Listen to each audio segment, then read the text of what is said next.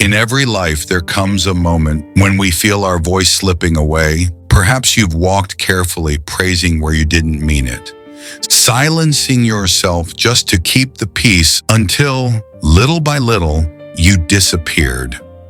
Or perhaps you've known the other side, someone who could never truly see you because their gaze was fixed on their own reflection. The ancient story of Echo and Narcissus isn't distant or abstract. It's a reflection about us. It is about what happens when one person fades into silence and another drowns in themselves. Today we call this pattern narcissism, but this word is too small to contain its faces. For narcissism does not wear only one mask.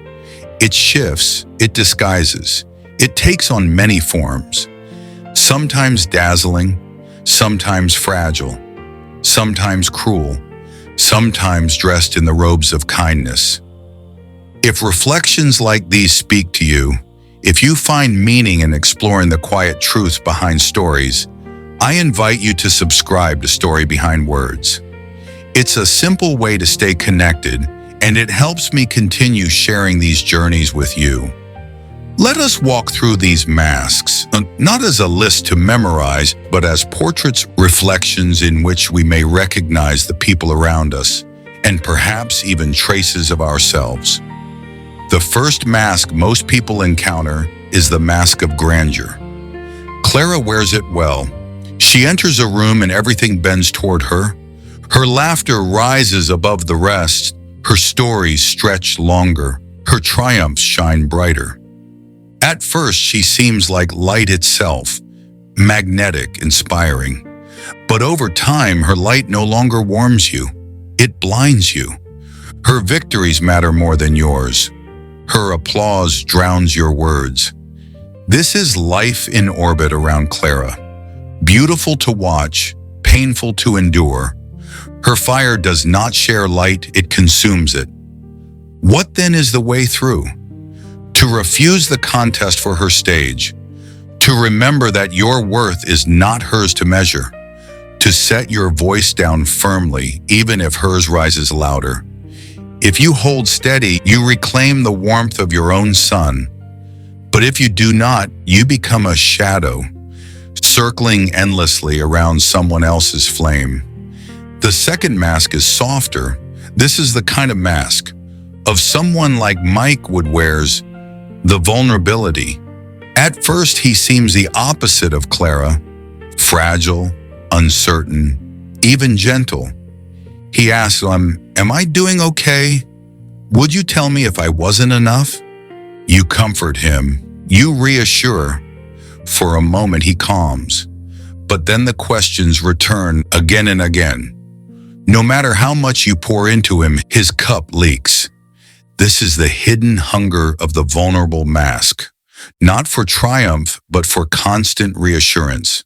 And slowly your life bends around his insecurity. You find yourself patching his cracks, while your own foundations weaken. The way through is subtle. Compassion, yes, but not servitude.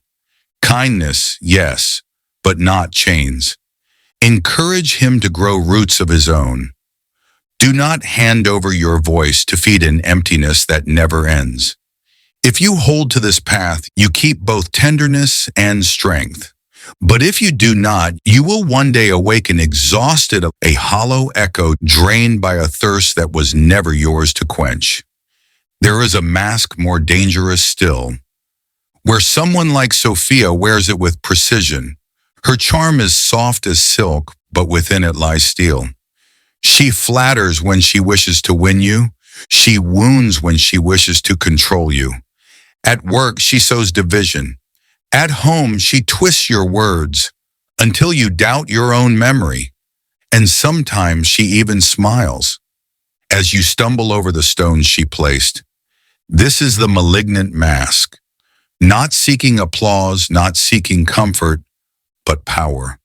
To stand near Sophia is to feel strings tightening around you. Your thoughts, your choices, your confidence, all pulled by invisible threads. How do you endure? by standing still where she expects you to dance, by keeping your reality clear, your words steady, your vulnerabilities guarded.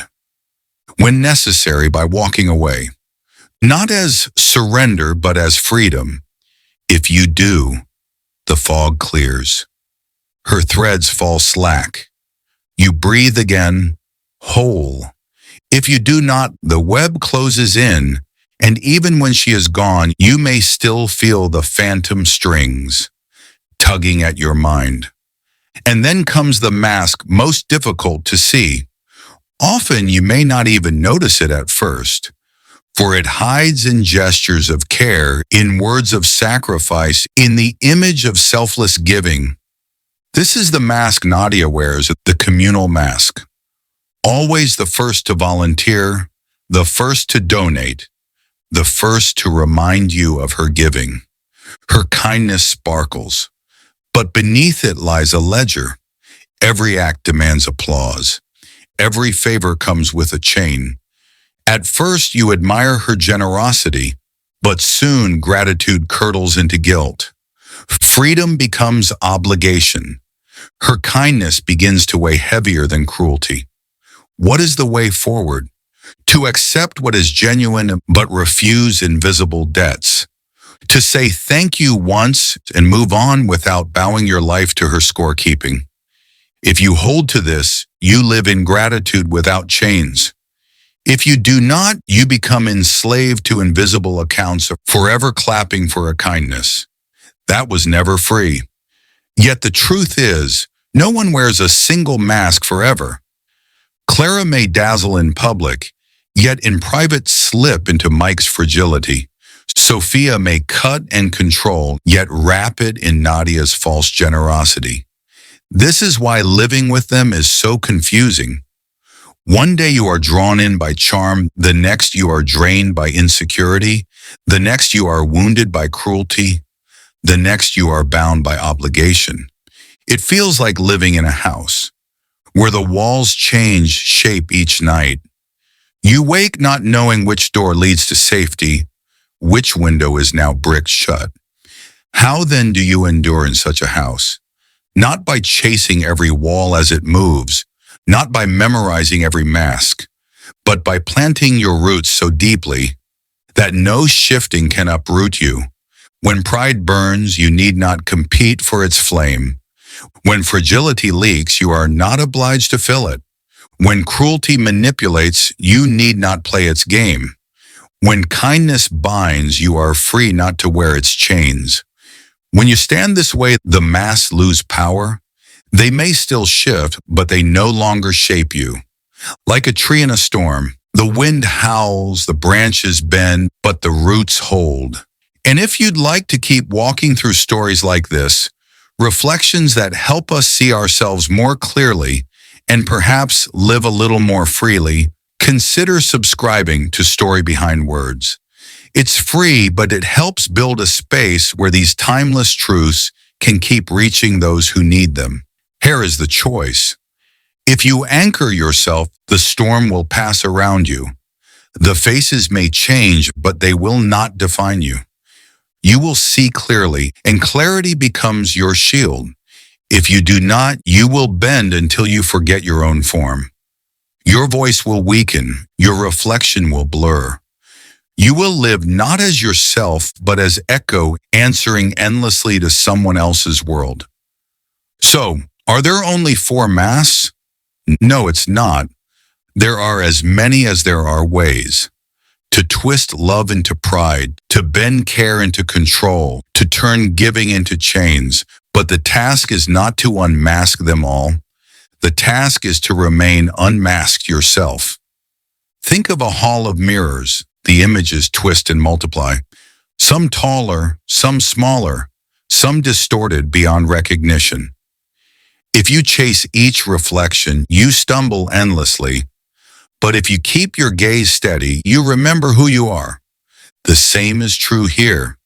Whatever mask appears, your freedom lies in remembering you are not the mask, you are not the echo, you are not the reflection, you are the voice, you are the one who can see clearly. And that is how you walk out of the hall. without losing yourself.